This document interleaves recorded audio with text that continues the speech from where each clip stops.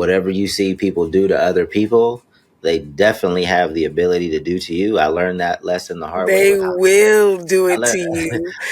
I learned it the hard way with Hobson because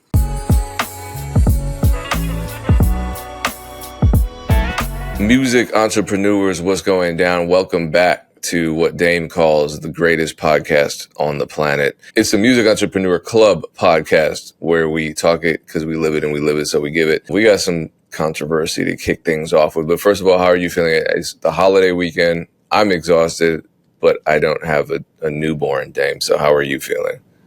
yeah, I think like Erinn forgot we were recording this morning because there's just so much going on this week. We used to record on Wednesdays. Now we record on Thursdays. I think with the holidays, I just woke up, thinking I was free for the day. The only thing I was thinking about was I know my wife is going into work for a few hours, so I was going to be with the baby for the longest time alone for the first time. So I was just preparing for that. I was preparing for that. And then Erinn sent the text. I was like, oh shit, we're recording today. So we got to get it in because we got to be consistent just like we preach other people to be. So it is what it is. Erinn, what's up with you? Yeah, a lot going on, but I'm grateful.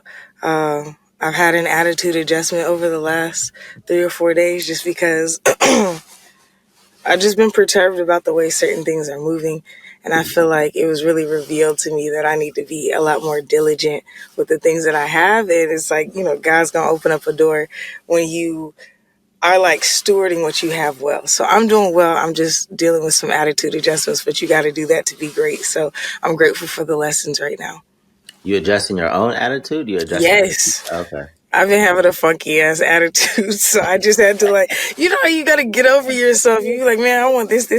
Why is this not happening? It's like, man, what am I doing to contribute to it not happening? Or what could I be doing to be making more space, a more adequate space, a better space for this thing to happen? So, it's like, if you want more, you gotta carry what you have at this moment responsibly and be grateful for it. You can't just be like, man, I just want more. Like, you gotta be content and grateful and super serving the moment with what you have, Okay, demonstrating some emotional intelligence this week. Is that your win? Let's go into our wins. What's your win for the week?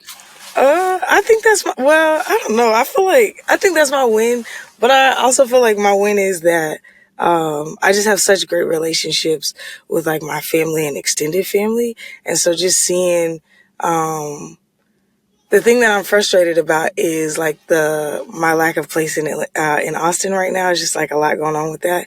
But because of that, I've been having to hop around to like all my family and friends and homies in Atlanta. And it's just like, man, I have a lot of people who love me and I love a lot of people. So like, why am I even upset? This is a beautiful place. I've been getting to know people better in a more deep way. And I'm really tapped in with my community. So I feel like that's a win. So that's my real win. But yes, the attitude adjustment is a part of that. There it is. Payne, what you got this week? It was Black Friday, so it's a crazy time. Hopefully a good time for those of us who do music via e-commerce. I'm sure you guys are involved in some type of Black Friday deals. I had no win to report, and as you were introducing wins, I've never done a Black Friday deal for exclusive beats because I just always felt like I can't lower the price on exclusives. And this year I had an attitude adjustment. I was like, let me just curate a very limited list of tracks for people. And I only had 7 and I just sold 4 in the last 5 minutes. So I might re-up. That's amazing. Congrats. Thank you. It's not that I'm going to re-up and add a couple more in place of those 4 that are gone because it's mad early for them to already be gone. So I'm learning. I didn't think that one through. I should have had more, but that's a positive thing. Dope. Let's see. What are my wins from the week? I would just say like I'm excited because we're getting, and it might have been my win last week, but it just continues to kind of build. Just the press that Ja received from the Tubi announcement. I don't know if it's just that or people are starting to recognize, kind of what Ja has built. But it's just been a lot easier to start getting conversations, even if the conversation doesn't lead to a deal right away, because I know that's not the case anyway. But had a very good conversation with Harborview If people don't know who they are, definitely look them up. They're super active, buying catalogs. I think they just announced something with Hit Boy. Matter of fact, T-Pain talks about them in the interview with Club Shay Shay because they bought his catalog, and I don't, we actually have to play a different. I know the clip that we're gonna play, but there's another clip where he claims that they paid like 100 times what he made in a year. That I don't. Harbor Review's smarter than that. I don't think they paid 100 times multiple what he makes yearly for his catalog. But he was basically on the show talking about I'm rich. Like he got a lot of money. I don't know if it's 100 times. That would be kind of wild. But anyway, Harbor Review. I had a I conversation could with see it. 100 times. Yeah. I could.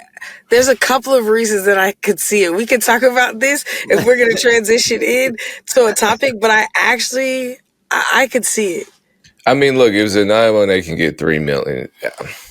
Anything's possible. And still own her masters and be independent.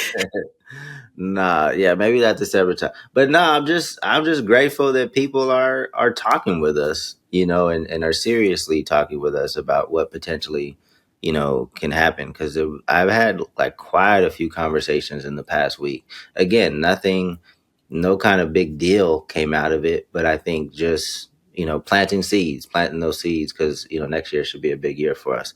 So I'm excited about that. But let's start it off with T-Pain. Wait, Dame, could I ask you a question? I feel like this would be beneficial if you want to punt this to the end, but could you give maybe, in your opinion, why you feel like maybe a few reasons that this is actually working in the way that it is? Like, is it just time? Is it just consistency? Like, could you name some of those things? Because I feel like my qualm with like a lot of successful people is that they're not telling the process. I think with us, we tell a lot, but a lot of people aren't necessarily paying attention because maybe it's not broken down as simply for them. Like, if you could off the top of your head, what are your top 3 reasons that you feel like it's really starting to click for y'all right now? Like, you mentioned the Tubi thing, but I know it's not that because that helps. But people will be like, man, that's all I need. I need somebody to blast me off. But like, what do you feel like it is? Right. But we only got the Tubi thing because of all the work that I've put in over the years, right? So I think a lot of it is timing because we've been trying to bang on Tubi's door for 3 years at this point. Matter And of you've been fact, talking about it on this podcast too.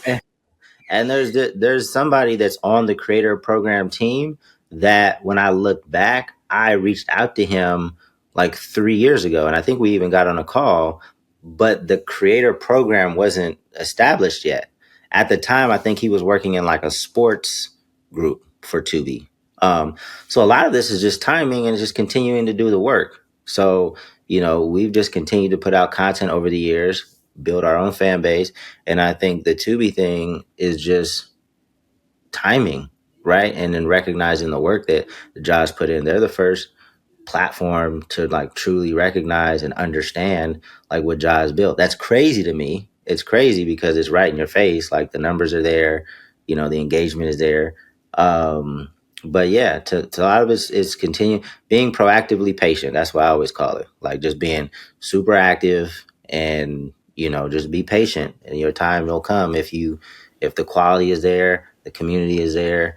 Um, I think, and then it's just once you get that opportunity, it's like now, how can we one prove at doing a few different things at the same time because we want to build our relationship with Tubi because they seem to be genuine and they even told us they were like, hey, whatever you got, like bring to us first. It's not in our contract that we have to do that. They don't have but because I'm grateful for the partnership, we're gonna bring everything to them first. If it's something they want to pass on, then we'll give it to somebody else. And we had that conversation because we have like 3 or 4 other shows that aren't under contract, but they were like, we're gonna move quickly. I think that's the thing that Tubi that's dope about too. Like they're moving at a pace that's much faster than other platforms, right? They were like, yeah, we're gonna move really quickly. Like as soon as we drop Laugh, they just need to see the analytics in the first week, and they're gonna want to discuss another show. You know what I learned over the course of the last 24 hours? Tubi is pretty universal. I didn't know they had live sports. I didn't know they have everything. I thought it was like mostly independent films and, creatives that aren't necessarily within the high budget Hollywood realm. And I thought it was I think it specifically black started out that entertainment. way. Because it's like, because I was in a space with like Wisconsin-y football fans, not fans of black independent films, and they're all talking about how they love Tubi, and I was like, what? So yeah, it's doing well. You got in at Even the that right is time. news to me, what you're saying. I do feel like it has developed into more stuff because I've had people who I know aren't interested in the super niche independent black filmmaker space. That's super funny. I love the way that you respectfully put that. But have recommended me look at things on there. And then when Dame started talking about it more, I'm like, to merge Jaw's reputation with them, they have to be doing something different. So I went back and started looking at different things, and I've been watching Master Chef on Tubi. I didn't realize that they had streaming rights for a lot of TV shows now, like that are on like Fox, CBS, all of that. So it's like, oh, they're a major contender in the streaming space now. And then with Hulu getting absorbed by Disney, it's really just like Netflix, Disney, and Tubi, I feel like, and YouTube, obviously, that are like the big players right now. Yeah, what I think, because they even aired the football game yesterday. I think they aired the Lions game. Yeah, they did. The Packers as well. won, but yeah, they aired it because they were trying to find it, and they brought up Tubi, and I was like, but that's like where Big Jaw's at. That's not Fox. It just blew my mind. But I think they're like, they got a shitload of stuff on there, but they have like even like my older brother's into like horror films, and there's like a horror film series called like The Terrifier. You guys might be familiar, I don't know, but and even that's on there. Like, so it's like little like community, little pockets, not even little, but like big pockets of communities are finding their way on the Tubi, and it's just kind of like the catch all. Last holiday season, that's where I got to rewatch like all the Van Damme movies that I watched growing up. I was a huge like I didn't do martial arts, but I loved Van Damme, Steven Seagal, all those movies. Then they're on there. So, but yeah, let's Man, get shout out to them for staying consistent. Like they've it's really hard to get over that hurdle of like, you know what I'm saying? Like they stayed so consistent that, and they still have those movies, because every time I go get my hair retwisted, or like, Tubi is going to be on. And if I go to a black nail salon, Tubi is going to be on, and it's going to be some and some woman running away from her older. It's gonna be like a Tyler Perry Jr. show. It's gonna be on, and it's gonna be ridiculous, and then it's gonna end immediately. Like it's gonna end quickly. You know what I'm saying? Like, so they still are serving all those audiences, but like you said, it's like all these micro. I thought it was gonna be like the Nollywood of streaming services and then just disappear. So for me, like even this conversation, I'm like, dang, they stayed consistent and have innovated and like really become a contender in the field. I think that's super dope. And now with this creator program, who knows what that's about to do, because they're investing in the indies. That's super cool. yeah, because I was telling him, I was like, look, because Kev on Stage has shows on a number of different platforms, right? He's on BET Plus with Churchy. He's got a deal with Fuse. I didn't even know Fuse was doing deals, but a lot of his old content is on Fuse. And then he has Safe Space on Tubi. And I was like, hey, because they were trying to get us to include our music scripted show like in this deal, but with no extra money. And I was like, look, we're not doing that. But then he was like, and I was telling him like Kev on Stage is kind of seeding stuff different places. He was like, well, does Jai have a relationship with Kev on Stage? I said, yeah. He said, well, circle back with him and talk with him about our conversation and his plans for what Tubi's going to be for his content. So we'll have that conversation with Kev. And look, I got no problem continuing to build things out in Tubi. The checks need to get a lot bigger, but it seems like the right path going forward right now, and it's been dope. And they have like the little teeny bopper like audience too, because we just went to a screening for a movie called Sidelined, which is like a high school. Well, no, they're in college, but it's for like teens. So they have a big young audience on there as well. So Yeah, shout out Tubi. But let's get into this T-Pain interview. We're not going to talk about the sale of his catalog. Maybe next week. But let's see what he said about DJ Khaled. Nobody is your brother. I've had DJ Khaled and everybody done told me I'm your brother. Do not believe that shit. Lord have mercy, Kane. That is the Man, you know you're going to get me in trouble, man. You gonna get us in trouble. How going to get us in trouble? All that, but I mean, but no, I mean, when I say shit like DJ Khaled, it's very apparent. Yeah. Like DJ Khaled knows how to move. He knows how to, do things with different people and shit like that. But it's like, it's not a DJ Khaled type of thing. That's just the first person I can think of. But what have you learned about this business in 20 years? Nobody is your brother. Nobody. Come on, Payne. Don't do that. Nobody. Payne, because I hear it all the time. That's my brother. Anybody want to go in before me? I mean, I'm sure you got a lot to say. I think we've discussed this topic before. I've always said, man, stop trying to find friends through the music industry. Get into the music industry and the friends will find you. I'll admit something. When I was a lot younger, like teens, early 20s, I was very social. I was always trying to find friends in whatever space I was in. And it puts you in a really awful position because you're looking for something that's not there. You're trying to impose something sacred and intimate onto a situation that isn't necessarily that, and certainly isn't that from day zero. What I mean is, you're walking into a space where everybody already has their established dynamic and you want to impose friendship onto that. And friendship is a thing that really should be based on a lot of trust and love and care and all these other things. And if the goal of this particular situation you walked into is to accomplish a piece of art or a business transaction or all of the above, then you shoehorning in friendship is going to get you, one, it's going to get you fucked up in the end, but it's also going to make it clear to the people in that space that you are prioritizing friendship, or at very least misunderstanding the situation and can be taken advantage of. Yeah. So when I got into music, I had an idea of what friendship is, what brotherhood is, because that's how I came. I have a lot of people in my life that I love and care for. And my dumbass tried to apply that definition of friendship and brotherhood to people that were supposedly like friendly in the music industry. And it took me a while to learn. It's like, okay, like these are your friends. When they say friend, it's a different definition of what I relate to as a friend or a brother. So it took me a minute to understand that.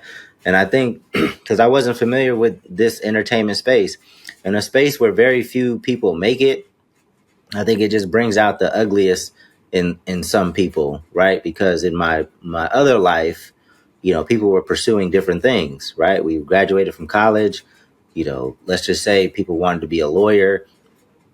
They were, and we were coming out of Berkeley, so they had like, good credentials. It was like if you didn't get into Stanford, then they got into UPenn, or they got into Chicago, or they got into, like, there was a place for everybody as long as they put in the work. Like, that's not the case in entertainment, and I think it brings out the worst in people when you don't find that success, and there's jealousy and envy, and it just was a world that I wasn't accustomed to. So when people said, don't get me wrong, like when anybody tells me they're a brother and they don't even have my phone number, like I take that with a grain of salt. But like, like the friend thing, like, oh, we partners, like, okay, cool. That means, we're building towards something. But it's just not the case in the music industry. You just got to protect yourself. Keep your friends your friends. And then you can find friends through the music industry, but just allow it to happen naturally, and just I would say keep your guard up to a certain extent until things happen and the trust is built, and you're able to lower it a bit. But you know what though, Dame? I think I've seen people just meet one another at a house party or walking down the street or whatever, and all of a sudden, oh, that's my brother. Or you just know people who are used to manipulating folks using friendship. I had a friend who did that all the time. Hey, that's my dog over there. That's my brother over there. And then you start bringing these people around. And then there was this one friend in particular, this one friend group in particular that I had growing up. And it was always, they had some new person around them all the time. And then it turns out, a week later, we robbed that motherfucker. I'm like, okay, my dumbass, this is my stupid ass moment, like what Dame had. My dumbass thought I could be friends with people that were always stabbing other so-called friends in the backs. And then when it came time for me, and like, luckily, I shouldn't say luckily, it was bad. I mean, I've talked about it affected my music career. It affected a lot. And it was just like, that's my fault. I wasn't being observant. If you'll do it to them, you'll do it to anybody.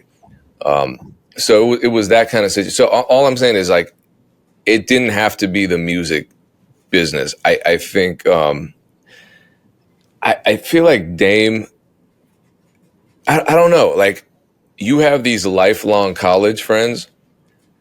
And when I was in college, people were cutting each other's throats there too. So I think you were in a very specific community with some very specific people who had specifically great parents and like knew that in that setting they couldn't fuck people over. Otherwise, there would be actual consequences, and they weren't those types of people anyway.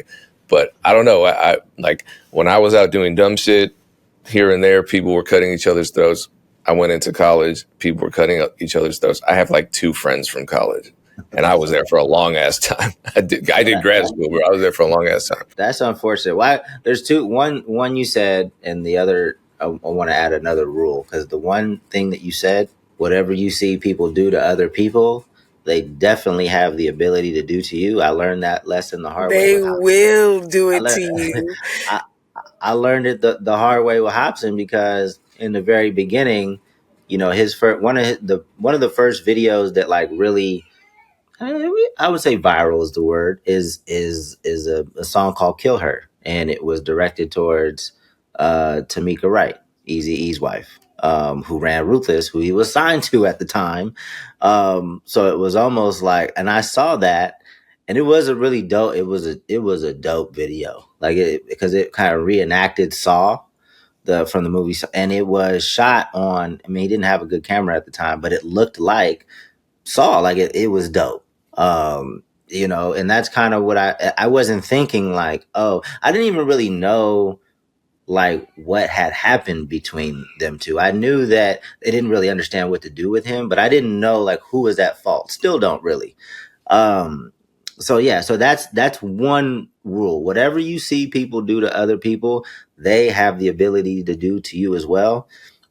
The other thing that I realized, and I posted it not too long ago, like at this age, if I meet somebody new, I'm open to new friends. For sure, I'll always be open to new friends. But if you don't have anybody that you've been rocking with for at least like 20 years and you're my age, then I'm gonna like keep you at arm's length until I see something else that makes me put my guard down. Like, I need you rocking with somebody for at least 20 years or I'm going to be skeptical.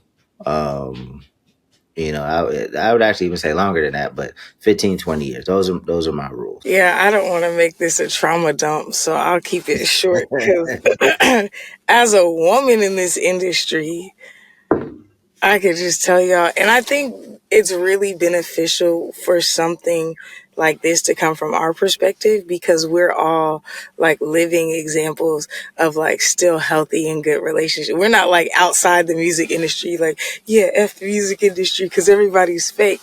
That's why I think it's important for T-Pain to be saying things like this, because you'll hear it from, like people who go broke, or you'll hear it from people who aren't making music anymore. It's like T-Pain is at the epicenter of all things great happening in the music industry. It's like he's one of the top music streamers, but he also performed at Coachella. He's still married to his wife. You would be like, this dude seems like a well-adjusted, regular human being, regular-ish. I mean, he's got his eccentricities, but like, he's the one you want to hear it from. You don't want to hear it from, again, somebody who's a billionaire. Maybe he may be now, according to his stats about what we're not gonna, his streaming or his catalog that got back. But you know what I'm saying? It's like, you don't want to hear, I don't have no friends from Drake. It's like, nigga, like, my bad, y'all. It's like, yo, what? Drake? Don't nobody want to hear from you about how you don't have friends, because it just makes it even weirder. Do you know what I'm saying?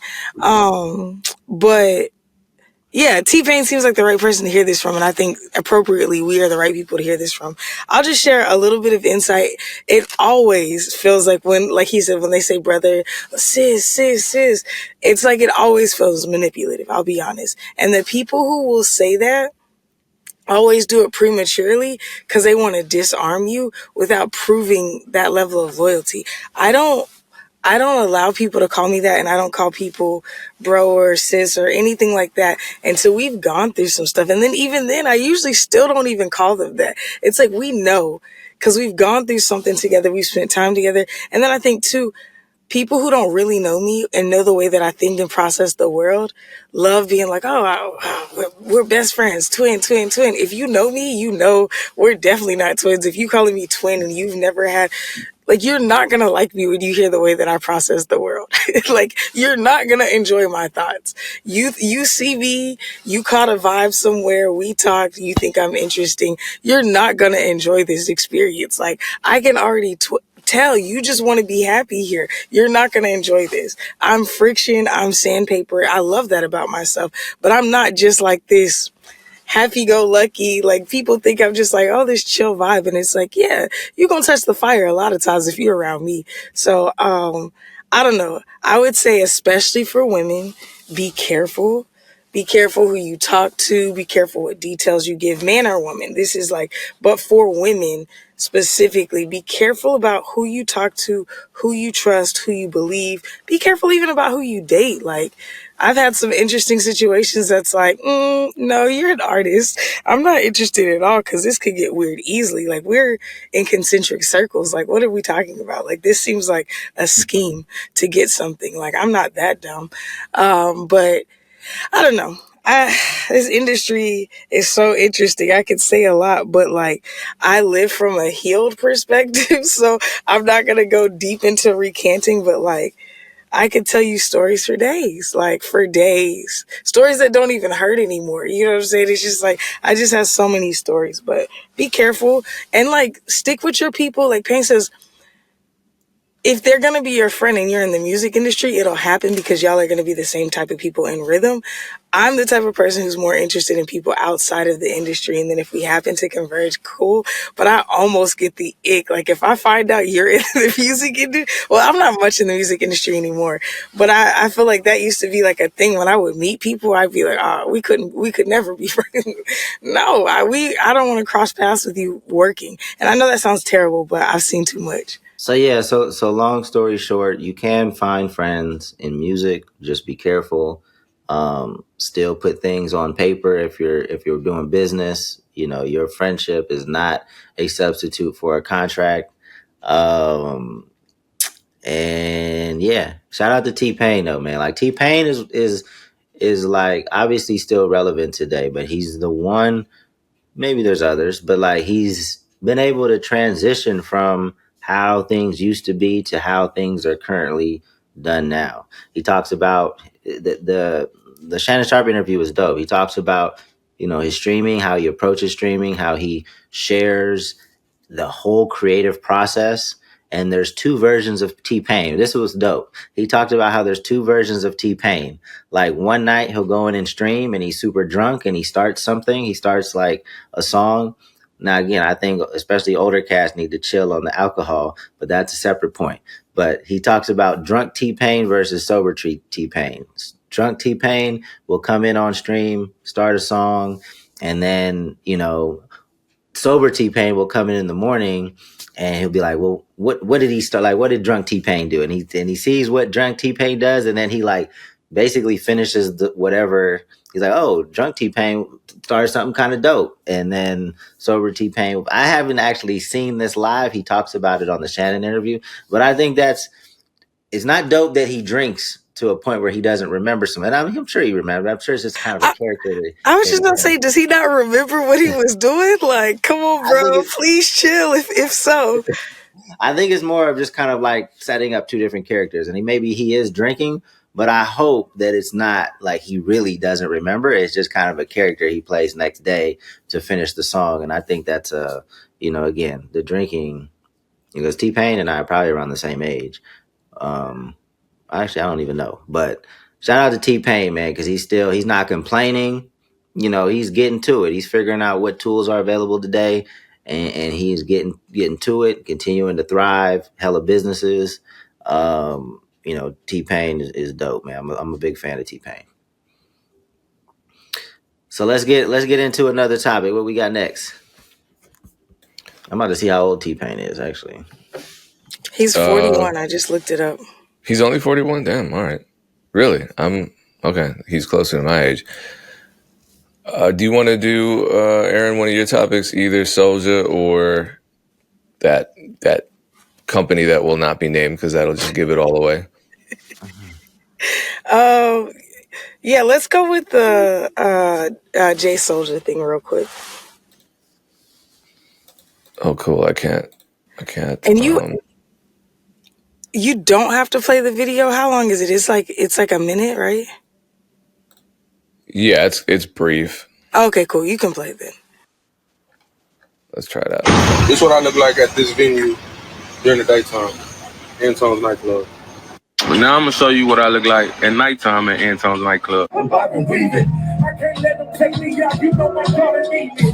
My whole family need me. I'm going to run this season. Niggas know we hard to get home and they coming easy. Only soldier bless the work just like 100 deacons. That's real. So, shout out to Jay Soulja. The reason that I wanted to talk about him specifically, there are other people who have like similar videos and stuff like this, but it's because I can verify this, right? Like, this dude, he gets hired in Austin to throw other hip hop events, other shows, he consults, whatever, because he has such a successful career there as an independent artist. He just got off a tour with Currency this summer. He can really bring out a crowd. So he tours a lot in the Southeast, specifically like Texas, Oklahoma, Louisiana. And then he works a job, 9 to 5. He does like, I think like construction delivery or something like that. So he's delivering like necessary parts or whatever. That's why he has like the hard hat on. I can't exactly remember, but it's just like, it's a solid trade. He makes a good living doing that and then really invest in his music career. And to me, I just wanted to highlight he's somebody doing it really right. I think a lot of people think that once I get to, so that's Antone's nightclub. I think the capacity is like 650 or 750, something like that. And he consistently, like usually quarterly, will sell it out, right? And then he does this huge event with South by that he's been partnered with them on for like 3 or 4 years. He has his own monthly series where he listens to local artists called The Smokeout that he does at a smoke shop. He has his own strain of weed and edibles out in Denver. Like, he's a very enterprising artist, but he still works at 9 to 5 and like doesn't complain about it, right? He's literally showing it off. That's kind of been something he's been on lately. He's been doing a lot of interviews with his new project coming out, and he talks about his job. He talks about how he learned graphic design when he was in high school so that he had a trade that could contribute to him being a better artist. And he was like, real about it. Like, he didn't think he'd be working this long, but now it's like he can't see himself not working because he's able to invest in his career in a very specific way. And I know we've talked about it and we've highlighted it before, but I think, again, when you think that you're selling out a 650 cap venue and touring with Currency, a lot of artists are like, I'll never have to work again. And it's like, just to give you some hope, but also some real life insight, you may or may not have to keep working to take care of yourself, even when you're living the dream. And this dude talks about it all the time. He's living his dream. He's, he just got announced as Austin FC. That's our soccer team. Their official, artist like of the year or whatever. So he performs at he's going to get a halftime show. He's already performed like at like, like the opening ceremony or whatever, but now he's their official artist. So he's partnering with major teams. He's done stuff with UT, like all these different things, and he's still working. And so, this isn't a shot. This is like edifying him. I know we talked about that other artist recently who's door dashing, and now I think he has a deal with DoorDash or whatever. I saw something recently.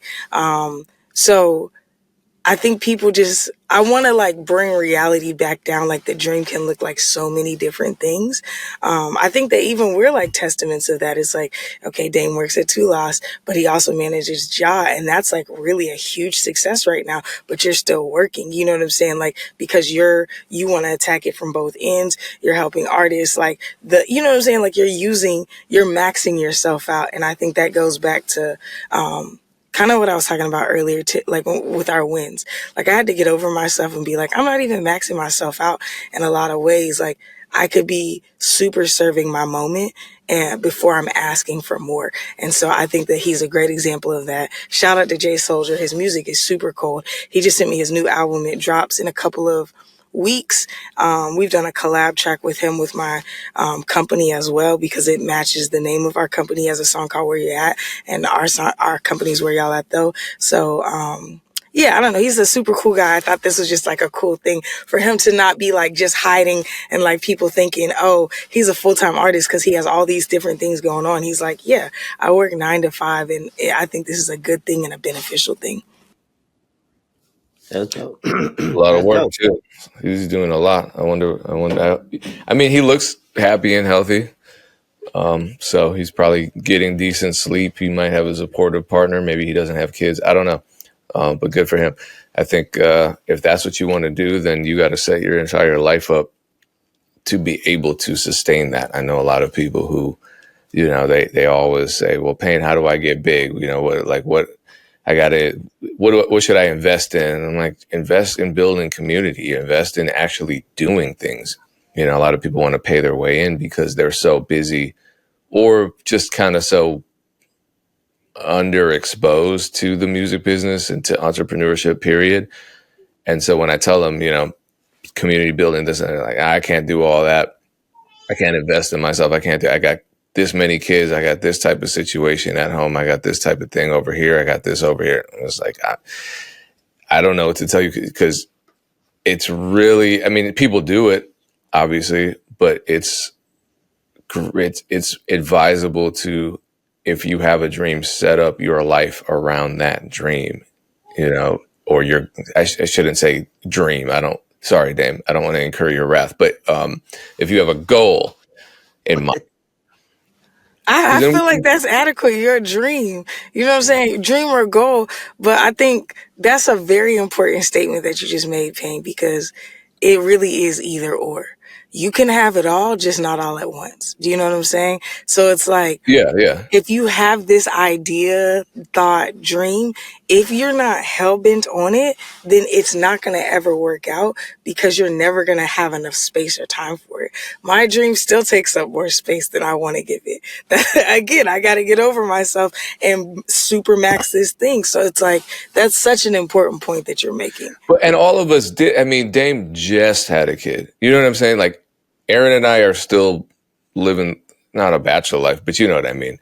I guess Erinn more than me, but like, because I have the house, I settled down, but I don't have kids. I'm just entirely focused on this. So that's what I mean, because had we all gotten married at age 20, or, had a bunch of kids by age 21 or something, that would have had to have been the priority. And there's nothing wrong with that. That's a situation that you created for yourself. And now you have to focus on the family, the children, and hopefully you find that or if you have kids thing early, the setup has to be appropriate for it. Yeah.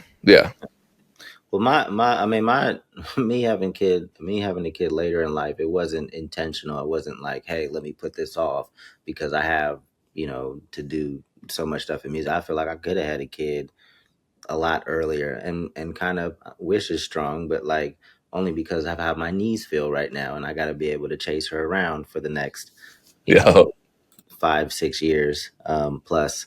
Plus, Dame, plus. Few yeah, I gotta make sure that there are no boys around until she's 35. So yeah, a few things. One, shout out to the homie Moyed who works at Two Loss, who connected uh 2K Baby with DoorDash. That's one. So he made that happen. That's super tight. Wow. Is it because we talked about it, or is that just completely, it just happened around the same time? No, well, I realized that when I went into the office, they talked about him in a meeting. I didn't even know that he used Two Lost. So he was already using the platform, actually in deal with us. Wow. That's actually super wild. That's Yeah. very cool. Yeah, so that I mean, that was cool. I still think that video is fake, but that's besides the point. It got the job done. It got the job done. But this is just the reality for most people. Like, you have to have a job while pursuing your dream goal, whatever. I'm not sure why Payne thought I was gonna gonna get upset by what he said, but like that's just the case. Like, you have to pay your bills. You have to pay your rent. I don't know too many people that can just pursue music and not do anything else. It's wild if you think that, or you're very privileged, and probably privileged to a point where you probably never make it in music because you won't develop the capability and the tenacity and the work ethic if you are in just a very privileged position. I just can't see that happening. But yeah, what was his name again? Jay Soldier. Yep, Jay What? Soldier. I'm curious, but not curious enough to like dive super deep into it, because in my opinion, and if I've ever seen somebody, like when I've ever seen an artist be able to sell out like a 600 person venue, like that's a huge deal to me. Like, to get 600 people to come to a show, but you can only do that locally, there's something wrong there, or there's an opportunity there. Like, I feel like if you can consistently get 600 people to come see you perform in one place, there has to be a way to unlock that and start spreading that to other cities. That's just my belief, and I would love to understand like why it's so contained. I think I get what you're saying, and again, he toured with Currency through Texas, Oklahoma, and Louisiana. I think he did like 7 dates on Currency's last tour, but and that's not his first tour. He's toured. I think he toured with Freddie Gibbs a little bit. So, like, again, regionally, I think he's okay. But if you look at his monthly listeners, they're non-existent. So he's literally built his collective by being outside. Like, he's built his fan base he really puts on other artists. So, like, his lineup, even if he only gives people like 2 songs, he always has like who's up and coming in the city. And then he'll usually have like a regional opener. So, like, maybe somebody from Dallas or Houston or whatever.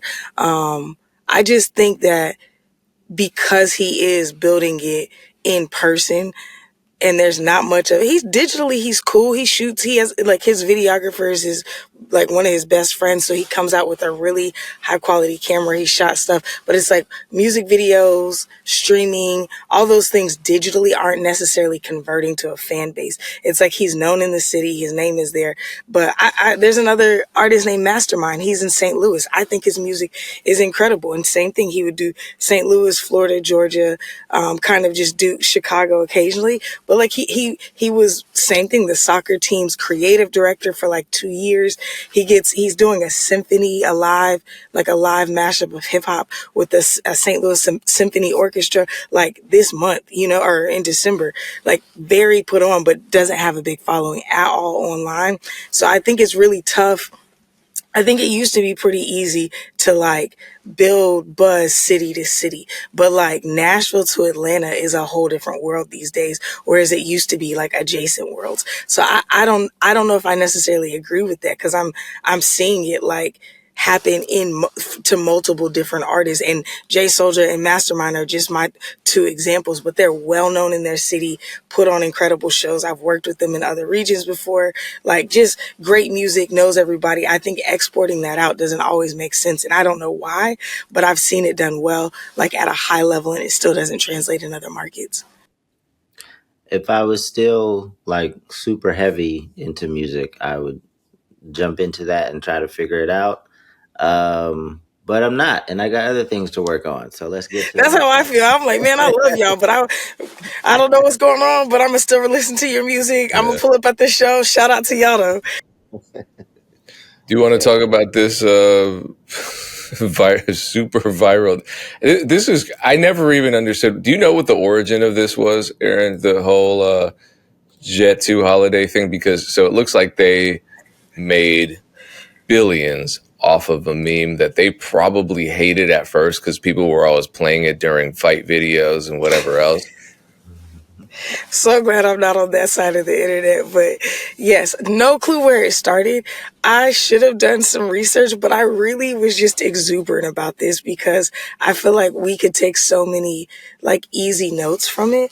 But if this is the Jet 2 holiday, Jet 2 is an actual airline, right? So like some people don't know that. It's a small airline, hubbed in the UK, right? But it is a real airline. So everybody, if you haven't heard it, I'd be really surprised if you're on the internet at all.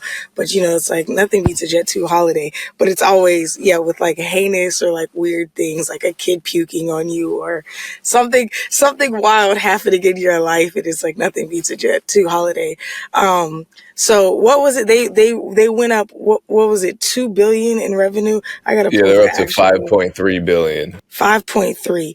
And now here's the thing. When I started looking into that just a little bit though, that was like an 11% increase on their revenue, which I was thinking it was about to be like 100x increase. So they're already a very profitable company if that's only an 11% increase on their revenue. But they added 750,000 new passengers, right? So I didn't realize that Jet 2 is still flying. I if I'm not mistaken, they were started in like the 90s or whatever. I spent a good amount of time in Europe in like the 2010s, 2020s, 15s, whatever. So like I remember Jet 2, but I haven't seen it until the Nothing Beats a Jet 2 holiday thing came back out. So I thought it was just like a retro, like throwback to an expunged or like absorbed independent airplane company, or what is it? Airline. So I think this is really cool. My takeaways, I'm going to stop talking because I want to hear y'all's thoughts. My takeaways are that social media, TikTok especially, still works. And the reason that I want to make that note is because everybody is like, the TikTok era has died. TikTok in 2020, 2021, that was the golden age. It was the golden era of TikTok, but this company just received a major boost, and there's people getting signed daily. There's all sorts of things taking off on TikTok. So TikTok still works. I just want to make that note first.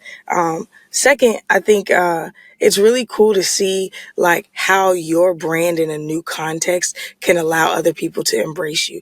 And so this is why I think it's really important for artists to cross-pollinate. Don't just hang out with music artists or just be doing music things. If you can cross-pollinate, which I think is what Jay Soulja has done really well.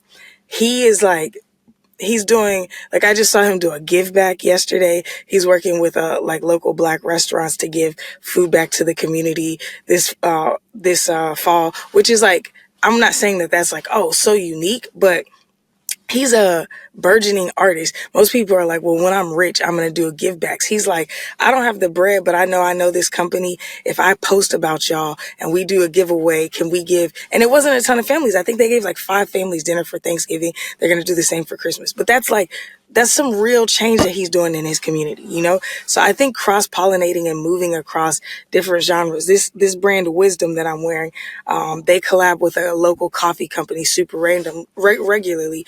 And right now, the Latif, the owner of Wisdom, has his own coffee that tastes like cereal milk at their brand new coffee shop that just opened. So they cross-pollinated. They're co-promoting each other. They have his art and his stuff hanging in their shop right now, and he has his own coffee on their menu, so now people can come shop there, cross-pollinate. I think collaboration, cross-pollination, whatever, that's my 2 takeaways. TikTok still works, but like put yourself in a new context. Let new people see you and engage with you. There's no way that you think, as Peng said, the fight videos would turn into billions of dollars for this company.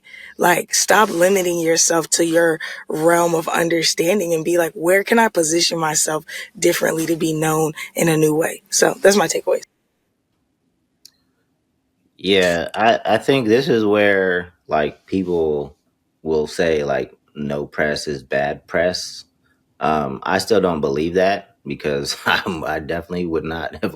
I definitely would have preferred not to go through what I went through, and I'll never believe that no press is bad press because there's definitely bad press, like definitely. But this is another situation I compare it to like Tubi, to bring them back up, like because Tubi was like a joke because a lot of people would share a lot of the bad content that's on their platform, and they use that. They kind of Tubi never really leaned into the joke themselves, and I don't know if Jet2 Holiday did actually either, or if things just kind of took its course and people started looking into, well, what is Jet2 Holiday, and people said, oh snap, they probably got some deals, just like Tubi, like people kept saying like, oh, that looks like a Tubi. When something's messed up, they were like, oh, that looks like a Tubi bit.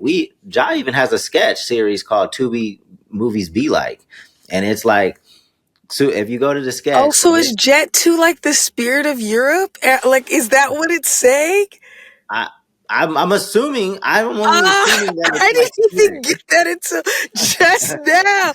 Oh, so Jet2 is the Tubi of the British Airs.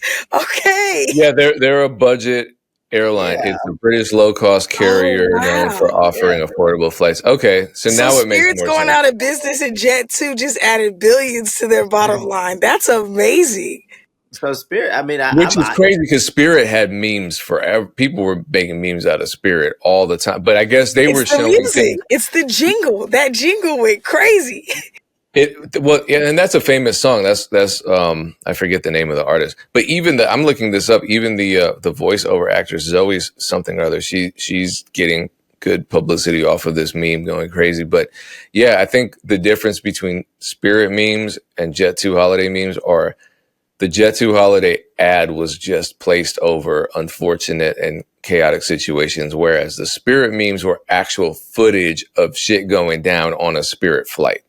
Yeah, big difference for sure. Well, yeah, I mean, so in this case, like again, I just draw a very direct comparison to Tubi, because like the name just got out there, and then once you went to Tubi, you're like, oh yeah, I'm finding a lot of these movies, but I'm also finding the Titanic and all these big blockbusters. Like, oh, actually, yeah, they have the terrible like B, C list, D list movies, but like they also have, and I think that's how it works sometimes.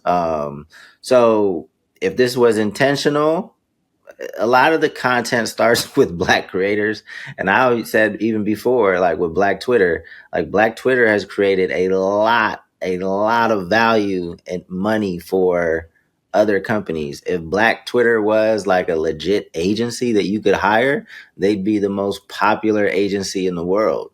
So I don't know who started the Jet2 Holiday situation, and I don't know if it was intentional or not. But whoever did that, Jet2 owes them a lot of money, or should give them at least free holidays for life or something. It's super valuable, obviously. Yeah.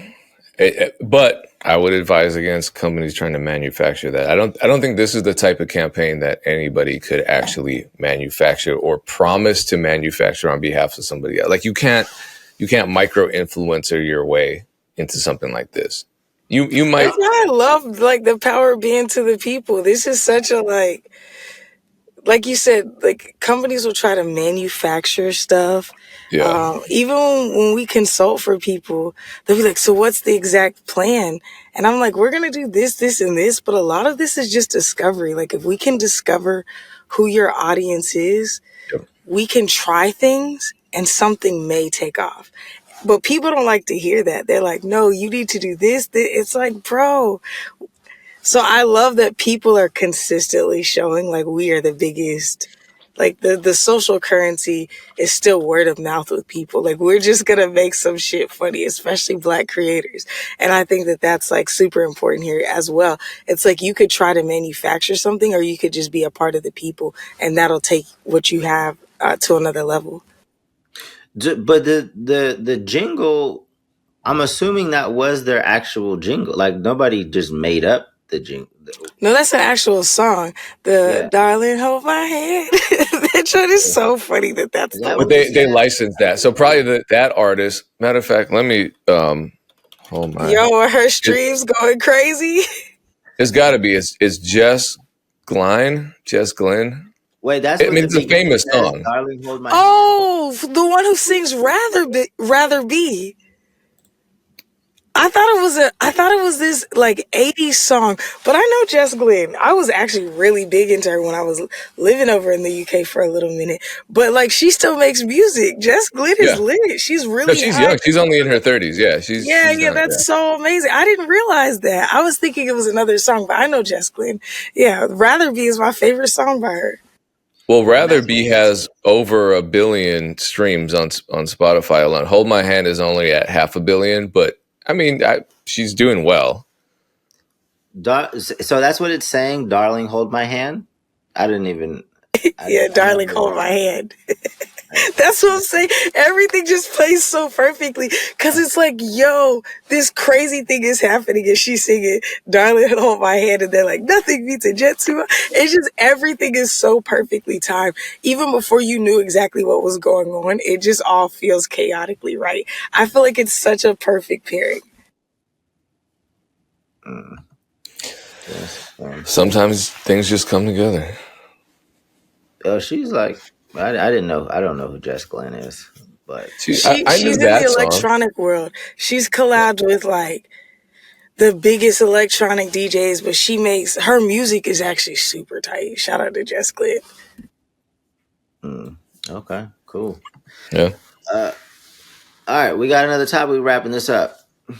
Oh, no, I got to get my topic off. So there's a crazy update, and I don't know if you saw this. This is just to kick things off. This is going around crazy on the internet. It's a screenshot from a Reddit thread full of AI music makers who are really upset that they have to do the work to come up with a prompt.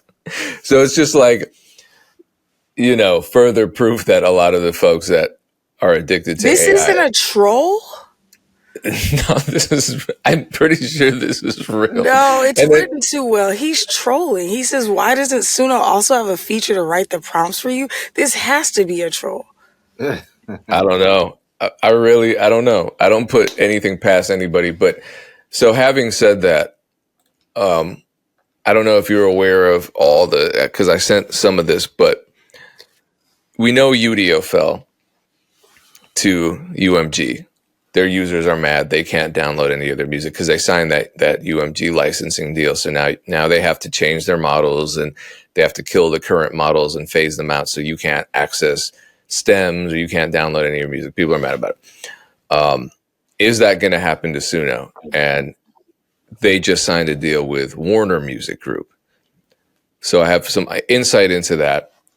First of all, I learned about a Gemma lawsuit, or maybe it's Gemma. I don't know. It's Germany's PRO. So it's like their ASCAP. But I checked out, it was Universal Publishing South Africa, where there was this clip that was I think I shared that with you, where Nick Matsoukas from UMPG is making the claim that the Gemma lawsuit is what's going to set the standard globally. And what happened with the Gemma lawsuit is that I'll show you the article. They successfully sued OpenAI, which is that huge company that had the whistleblower, I believe, that ended up dead under suspicious circumstances. So there's a lot going on, but Bollywood is also going after OpenAI for that in their separate court system. But they found that OpenAI infringed on the copyrights of existing songs. And it's like, duh, no shit. We've been saying this. There's been proof of that. So with regard to Suno, this to me isn't a shock because we've seen proof that it outputs producer tags. So Top Music Attorney just updated everyone on Instagram talking about the tag situation where Suno just very recently, like within the last month, was found to output a Zaytoven tag. And prior to that, at least a year before, maybe 2 years before, Suno was shown to have output tags from Honorable C Note, Day Trip, a few other very notable producers. Interestingly enough, I don't know why their publishers or their performing rights organizations didn't seize that opportunity to, go after Suno. Maybe that's a part of the larger lawsuit. I don't know. But taking it back to Udio, now that they've signed their deal with UMG, the platform's effectively shut down. Suno has announced a deal with WMG, and it sounds like it's going to go down the same path. So according to the official Warner Music Group website, they made an announcement. They said the old Suno models will be phased out. They used the term, what did they say? It was a weird word that didn't really fully explain or convey what they meant. It was like one of those euphemisms. But there will be no more free downloads from now on. And pay users will have monthly caps because now the music that the models that Suno is training on are going to be licensed from Warner Music Group's catalog exclusively. What do you think is going to happen to these platforms now? Or what's going to happen to generative AI now that the three biggest generative AI platforms are facing these broad, sweeping changes and losing lawsuits all of a sudden? Well, did it say, or did you just say that will it be the same thing as Udio in terms of not being able to download the music? Well, yeah, I mean, what's going to happen is they're phasing out the old models. So more than likely, they're going to freeze all the existing user-generated content. Maybe not user-generated content, but that's the fear. I was looking in Reddit, and people are freaking out because what happened at Udio was that if you log in right now and you had an account, you paid for it, everything, and you want to download your old generated tracks, you can't now. So I'm guessing that's what Suno is going to do via WMG because I don't know. We saw this coming, right? Yeah, I mean, and they still got hella other lawsuits to settle too. Like yeah, I have no idea. I don't even have. I don't see the path forward. I mean, obviously AI will still be here, but I don't know how it's all going to shake out, and if the users are gonna like what the product needs to be at the end once all these lawsuits get resolved. I don't think they're going to get resolved, though. I feel like they're just going to get bought out, paid off, whatever. I don't know. But do you think that was the plan all along? Like because I think it is. I think it was the plan all along where, these tech companies are here for the tech and for the capital. They're not here for the music. They've made that clear. The labels are moving further towards tech, and there are people that will say, well, no one at the labels ever cared about the music. I don't agree with that. I think there are people at labels that do care about music. I think the overarching goal of the labels is to just make money, regardless of the musicians, the people behind the music, etc. But I think now it's painfully obvious that this was just a money place. Because if I'm a tech bro, right, and I'm trying to get my valuation up and this, and then Damien, you can offer more insight into that. I don't care what the outcome is, as long as the outcome generates income for me. because it's very clear that stealing millions and tens of millions, hundreds of millions of songs, I think it's clear that that's copyright infringement. To them, they would make the argument that it's fair use, but regardless, fair use is a defense for copyright infringement. So they knew they were at least in legal gray area, but they had generated so much venture capital and so many users that it was too big to fail at that point. So I think they knew that eventually they were going to have to settle with the labels, but they also knew that what they did was created a technology that now could not be undone.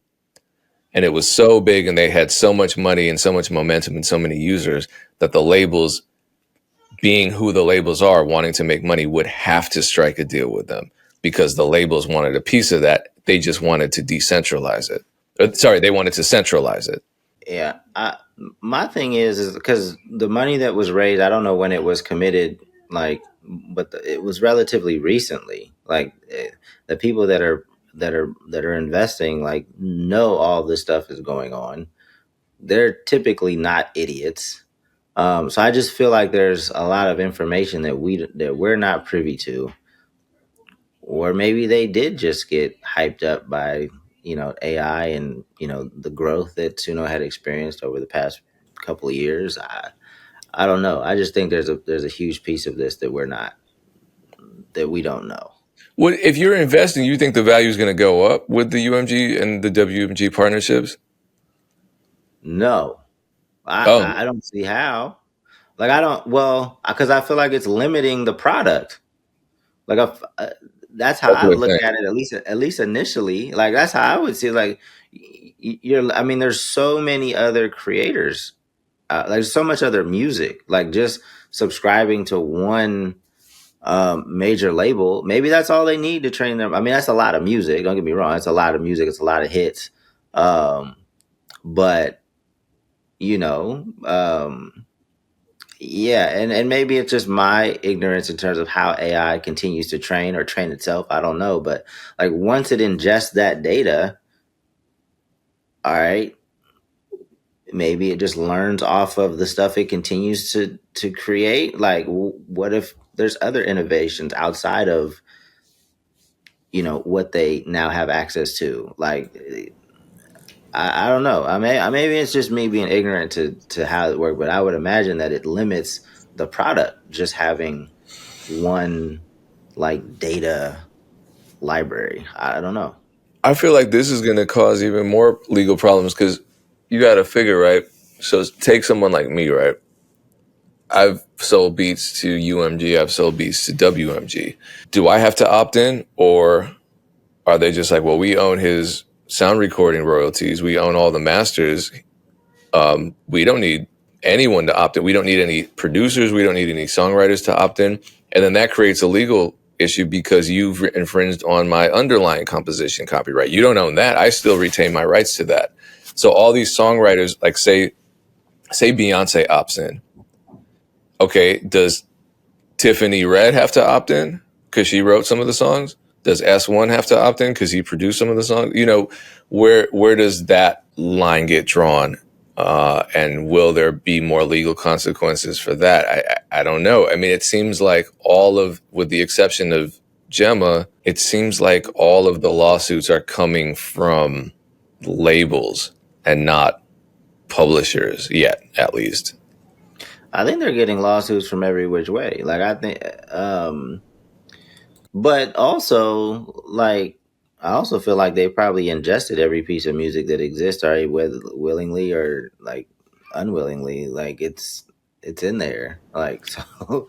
Well, they claim they're erasing that and starting fresh, and so they're just taking UMG. But it's just like, all right, if you just take WMG, what about the artists that are dead? That? That's a lie. Yeah. It's fishy, right? Yeah, that's super out of pocket. I think we're just going to have to wait and see what happens. But Dame, you are absolutely right. I just mentioned 3 lawsuits. They seem to be pretty major. However, Udia only settled with UMG. There are 2 others left, 2 other majors left. Suno only settled. Do a lawsuit or something like I saw. Yeah, there's the class action. Yeah, so there's that. That one's not resolved, and those aren't in the interest of, like, the end goal of that isn't a licensing deal with the labels. The end goal of that is, fair and equitable, ethical training, opt-in processes, etc. So that, I mean, it's a lot. It's a lot left. And I think once one domino falls, you're going to see a lot of other companies. I just want like a BMI or an ASCAP or a CSAC or somebody, some entities like that who have plenty money to do something. Even Sound Exchange, some other people that represent songwriters and producers on the composition side of things, on the publishing writers side of things, to step up as well. I guess GEMA, I keep saying Gemma, people are calling them Gemma. Gemma sounds weird. It's the German, the PRO, but yeah, I guess they're kind of doing it. So maybe that'll influence similar entities to take the same steps. I don't know. It's anybody's guess, but it does sound like what you're saying, Dame, that Suno users are about to have a miserable 2026 once the rug gets pulled out from under them. Yeah, I don't know. It's a messy, complicated situation, and it sucks because the approach that was initially taken was, what is it? Ask for forgiveness, not permission. And they're not even asking for permission or for forgiveness. They're just signing deals and making. I think it's like maybe they had to pay I don't know. There was definitely money exchanged. Hundreds of millions of dollars were exchanged. Yeah. The music industry would have actually been better off if there was no money in it, because it's the tech and the finance folks that came in and fucked it all up. For real. So Yeah. people think there's no money in music, but there is. And now the finance folks know that, the tech bros know that, and they don't play. Well, nobody really plays fair, but like them especially, they don't give a fuck. It's nasty work how they come in and flip these companies and don't give a shit about nobody. That's why I feel like if there was no money in music, those folks would still figure out a way to come in and exploit. You know what I'm saying? It's just the nature of it. Like, right. It would be like, okay, right now it's like a disparity between the amount of money, but like if it was no money off rip, they would come in, figure out a way to make money and keep everybody from making any money. It's like, it's a tale as old as time. Like, they gonna make money out of something, and they always gonna use, human energy for it. So I hate it, but yeah. No, it's like when our country starts getting really concerned about a humanitarian crisis in a country they've never cared about, and then you realize that country's full of natural gas or whatever. And like, yeah, okay, now that makes sense. Because why are the VCs interested in the music business if there's nothing there? And then, you always hear, oh, well, these are shithole countries. They don't have shit. These are third world primitive countries. Yeah, okay. All right. Anyway, we will see what happens. I'm on. Like, I feel like this is as big of a deal as Spotify, maybe even more than streaming, because it's going to affect streaming. It's going to affect every single structure. It already has. We covered that's the one of the bigger issues is like, how does the infrastructure hold up with like, 7, millions of songs being uploaded? It was already in the hundreds of thousands, but now it's in like the millions of songs being uploaded a day. So that's wild. Yeah, Spotify, their response to this has been strange and inconsistent. So time will tell. All right, y'all, let's wrap this up. This was a long episode. We got to get moving.